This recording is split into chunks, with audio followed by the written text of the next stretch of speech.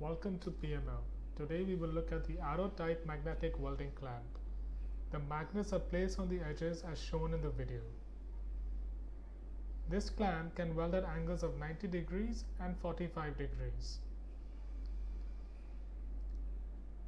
This is how the items that need to be welded at 90 degrees are placed. The two metal rods are touching at 90 degrees and can now easily be welded, as shown in the video. This is how the items that need to be welded at 45 degrees are placed. The two metal rods are touching at 45 degrees and can easily be welded.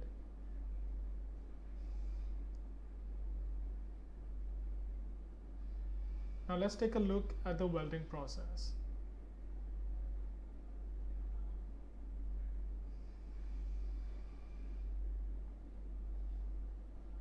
As you can see, the job was completed with ease and without any difficulty in maintaining the angle.